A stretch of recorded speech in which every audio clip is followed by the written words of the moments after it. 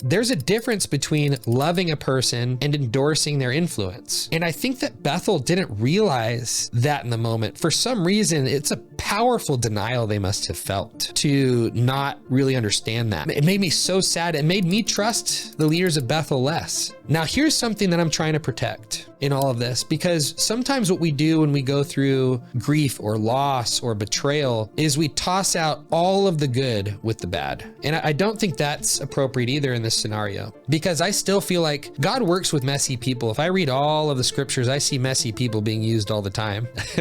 Abraham is still praised for having massive faith, even though he slept with his servant to give birth to a child when he was given a promise by God because he didn't trust in the word. And then he was still praised for having faith because eventually they stepped into the promise. And I'm like, wow, King David and the stuff he went through. And it's wild to see these stories. And I think we do have these harsh, weird religious things that we bring into people's lives, and on an individual basis, I do think sometimes we get so harsh when we're calling out sin in people or in individuals that are on a journey. The woman caught in adultery is like perfect evidence that Jesus was more concerned with her experiencing love in her worst than being uncovered in the moment and being judged or being punished the way the Pharisees had so intended to do with her. We see it over and over and over again. Jesus standing up for the sinner, loving them, but also calling them higher from a place of love. And I think sometimes the church steps into truth before they step into love, and they have no license to do so because there's not love in their hearts for that person's best. It's so easy to go, yeah, but truth is love. And I'm like, yes, but you don't actually care so deeply about that person's heart first before the truth. And I think sometimes too, we lack so much awareness around woundedness that we just demand that somebody use all the same discipline we used to get healthy when they don't have the capacity because their wounding profile is so different than your wounding profile. And we cast judgments based on what I went through and based on my capacity and say, you should do that too. When there is an unhealed desire in some person that's pulling them towards an addictive behavior or addictive substance or something, discipline is going to pull the other direction, but desire is going to win every time. And so that desire needs to be fulfilled in Christ. And sometimes we're still preaching the letter of the law when people need love to be the transformative thing that takes place in their lives. Love says you're chosen, you're loved, you're accepted, regardless of any of your past sin, existing sin, or anything. And if I can learn how loved I am in my worst by Christ, that he so loved the world that while we were still sinners, Christ died for us. If I can know how loved I am, that he gave that, he spilled his blood for me in that place, at my worst. Could you imagine a worse thing that a human being could do besides killing and murdering the creator of the universe? I can't.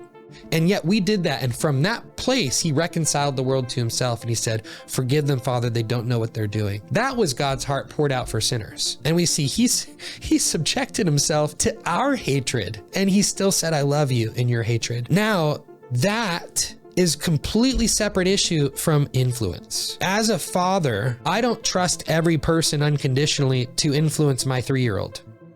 Sorry, there's going to be massive boundaries I create based on your behavior, your actions, your character, your safety around children. There's a lot of different things that might create boundaries for me that I might uphold for my child because of things I've displayed. Do you hate yourself? Do you believe that children are inherently evil? Do you believe that children are bad inside? Do you believe that children are driven by a sin nature? It's like, man, some of those things, we get deeply theological around here. I don't need you to agree with me on stuff, and I'm not even going to sit here and for 2 minutes mention something that we can't have a long discourse about. But the way that you see God and you see people is going to affect the way you treat them. That's going to impact, as a father, the way that I allow you to have influence in my child's life. I might love you unconditionally, but I will not give you unconditional influence over my child. I will have strong standards for the way I protect my child. And at the same time, as he grows up and gets older and has more ability to hold boundaries over his own heart, guard his heart, protect his mind, I will allow those people a little bit more room around him as I see fit as a father. And to some degree, I won't even be able to have that choice anymore when he becomes his own man as an adult. I will have hoped that I built in him and helped train him in